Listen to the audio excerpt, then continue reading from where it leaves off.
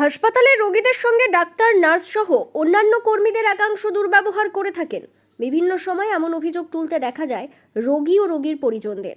তবে এবার এই ধরনের ঘটনা কোনোভাবেই মেনে নেওয়া যাবে না। এরই পরিপ্রেক্ষিতে দুটি ফোন নাম্বার লঞ্চ করলেন সাঁইথিয়া বিধানসভার নবনির্বাচিত বিধায়ক কৃষ্ণকান্ত সাহা। এই দুটি নম্বরে 24 ঘন্টা ফোন করে পরিষেবা পাওয়া যাবে। ফোন করার 30 মিনিটের মধ্যে বিধায়কের প্রতিনিধি ঘটনাস্থলে পৌঁছে যাবেন বলেই জানিয়েছেন কৃষ্ণকান্ত সাহা। আমি আজকে সেই সৌজন্য সাক্ষাতের মাধ্যমে রোগীদের কাছে একটা আবেদন রেখেছি আর দুটি নাম্বারের আজকে উদ্বোধন করেছি। 4 জায়গায় দুটি নাম্বার আমি চিঠিয়ে দিয়েছি যে কোনো রোগীর সঙ্গে চিকিৎসাগতভাবে যেন কোনো ব্যবহার খারাপ না করা হয় স্টাফদের। বিভিন্ন সমস্যা হয়তো আছে, বিগত দিনে হাসপাতালের বিভিন্ন পরিকাঠামোগত সমস্যা রয়েছে, আমি দেখলাম। ওনারাও আমাকে বলেছে সব বিষয়। আগামী দিনে আমরা 13 তারিখে বসবো, ডাক্তারবাবুদের সঙ্গে বসবো। আজকের দিনে সমস্ত যারা এখানে আছে তাদের কাছে আমার অনুরোধ, রোগীদের উদ্দেশ্যে আমার বলা উচিত যে আমি দুটি নাম্বার এখানে চিঠিয়ে দিয়ে গেছি।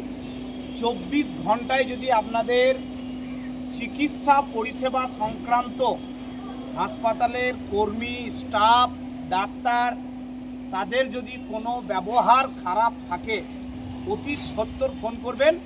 30 মিনিটের মধ্যে এমএলএর প্রতিনিধি এসে এখানে পৌঁছাবে। কৃষ্ণকান্ত সাহা এমন পদক্ষেপ নেওয়ার পাশাপাশি ওই দুটি নম্বর সাঁইথিয়া স্টেট জেনারেল হাসপাতালের বিভিন্ন জায়গায় সাটিয়ে দেন, যাতে করে রোগী অথবা রোগীর পরিজনদের খুব সহজেই তার চোখে পড়ে। এর পাশাপাশি তিনি দাবি করেছেন, চিকিৎসা পরিষেবা নিয়ে এতদিনে যা ছিল এখন আর সেসব কিছু চলবে না। আগামী দিনেও দেখতেই পাবেন পরিষেবা কোন জায়গায় পৌঁছয়। পরিষেবা কি ঠিকমতো চলছিল না এখানে? অবশ্যই সেটা পশ্চিমবঙ্গের মানুষ জানে। যে নাম্বার দেওয়া জরুরি কেন পশ্চিমবঙ্গের মানুষ জেনেছে। এই দুর্নীতি বিভিন্ন জায়গায় পরিষেবা ঠিকঠাক হয়নি বলেই জনসাধারণ আমার মতন হতভাগা কৃষ্ণকে নির্বাচিত করেছেন। তাই মানুষ যেভাবে নির্বাচিত করেছেন, আমি মনে করি 5 বছরের জন্য আমাকে নির্বাচিত করেছেন। অলরেডি 36 ঘন্টা সময় পেরিয়ে গেছে।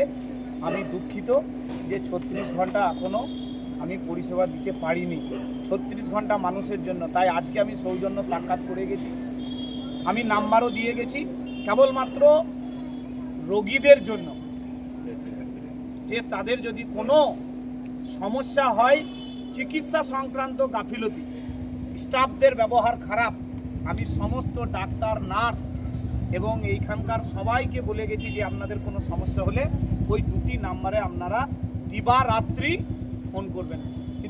30 মিনিটের মধ্যে এমএলএর প্রতিনিধি এখানে পৌঁছে যাবে। যদি আপনার কাছে ফোন আসে তারপরে করণীয় কী হবে? অবশ্যই প্রতিনিধি পৌঁছে যাবে, দায়িত্ব নিয়ে বলছি। এর আগে তো পরিষেবা ঠিকঠাক পায়নি, বিভিন্ন অভিযোগ আসতো। পরের বিষয়টা পরে বলবেন। বিগত দিনে কি হয়েছে তারা জানবে। মানুষ আশীর্বাদ তুলেছে, অধম কৃষ্ণকে তারা নির্বাচিত করেছেন। অধম কৃষ্ণ কি হয় না হয় সেটা আপনারা দেখুন। মানুষ বিশ্বাস করেছে, ভরসা করেছে, ভারতীয় জনতা পার্টির এমএলএ হিসাবে নির্বাচিত করেছে। জাতি, ধর্ম, বর্ণ, রং দেখব না, সমস্ত মানুষের জন্য, কোনো দল নয়। সাঁইথিয়া বিধানসভার সমস্ত ভোটারের জন্য অধম কৃষ্ণ আছে।